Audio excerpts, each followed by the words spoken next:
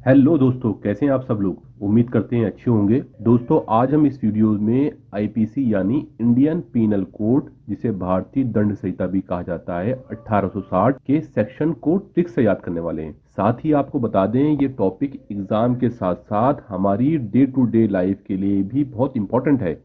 इसलिए इस वीडियो को आप पूरा देखिएगा, जिससे आपको अच्छी तरह से समझ में आ जाए। आज हम इस वीडियो से आईपीसी के 1 से 5 तक के सेक्शन पढ़ेंगे और समझेंगे। आपकी आसानी के लिए हमने इस वीडियो में सेक्शंस को हिंदी और इंग्लिश दोनों लैंग्वेज में समझाया है। सेक्शन 5 से आगे के सेक्शंस हमने इसकी अगली वीडियो में बताए हैं। उस वीडियो का लिंक भी नीचे डिस्क्रिप्शन में दे दिया है, आप उसे भी जरूर देखें। तो बिना टाइम वेस्ट करे वीडियो में आगे बढ़ते हैं। जैसा कि आपको स्क्रीन में दिख रहा है कि इंडियन पीनल कोड 1860, जब भी हम इंडियन पीनल कोड पढ़ते हैं पूरा भारतीय दंड संहिता, तो हम उसके साथ ये साल भी याद रखते हैं 1860। ये 1860 से अप्लाई हुआ था। इनेक्टेड, जिसका मतलब होता अधिनियमित करने की तिथि है 6 अक्टूबर 1860। असेंटेड टू, अनुमति तिथि है 6 अक्टूबर 1860। कमेंस्ड, शुरुआत कब से हुई थी? 1 जनवरी 1862 से हुई थी। चैप्टर्स कितने हैं इसके अंदर? यानी पूरी आईपीसी को अच्छी तरह से समझाने के लिए इसको चैप्टर्स और सेक्शन में बांटा गया है। आप सुनते हैं कि धारा 302, 307, ये सेक्शंस की बात ही कर रहे हैं।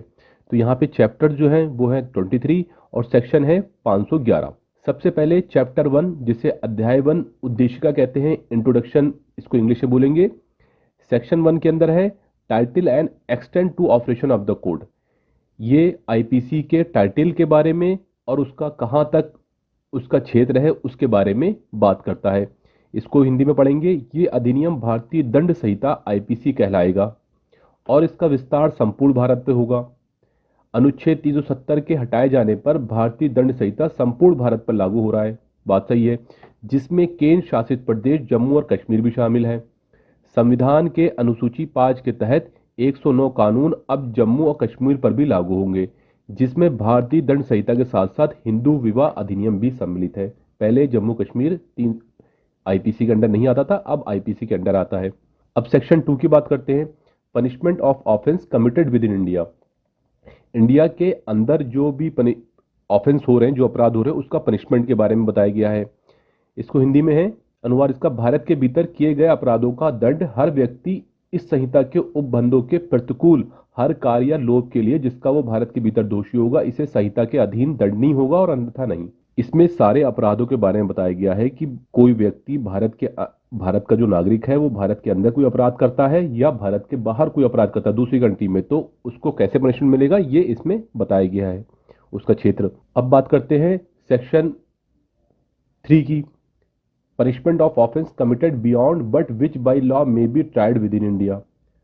इसका मतलब है भारत से परे किए गए, जो भारत से बाहर किसी ने अपराध किए गए हैं, तो वो भी व्यक्ति भी भारत में पनिशमेंट का पात्र होगा। भारत से परे किए गए किसी कार्य के लिए उससे इस संहिता के उपबंधों के अनुसार ऐसा बढ़ता जाएगा।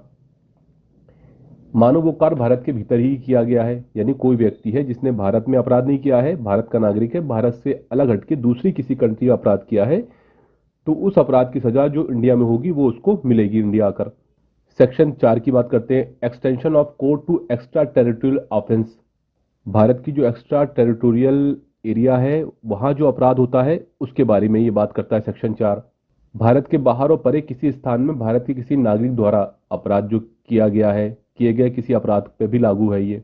इसका एग्जाम्पल ये है, एक व्यक्ति जो भारत का नागरिक है उगांडा में हत्या करता है। देखिए, सिटीजन कहाँ का है? इंडिया का है, लेकिन अपराध कहाँ कर रहा है? उगांडा में। वो भारत के किसी स्थान में जहां वो पाया जाए, हत्या के लिए विचलित और दोषित किया जा सकता है।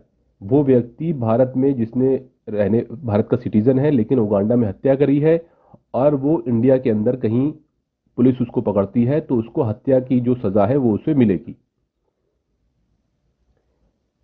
अब सेक्शन 5 के अंदर आते हैं।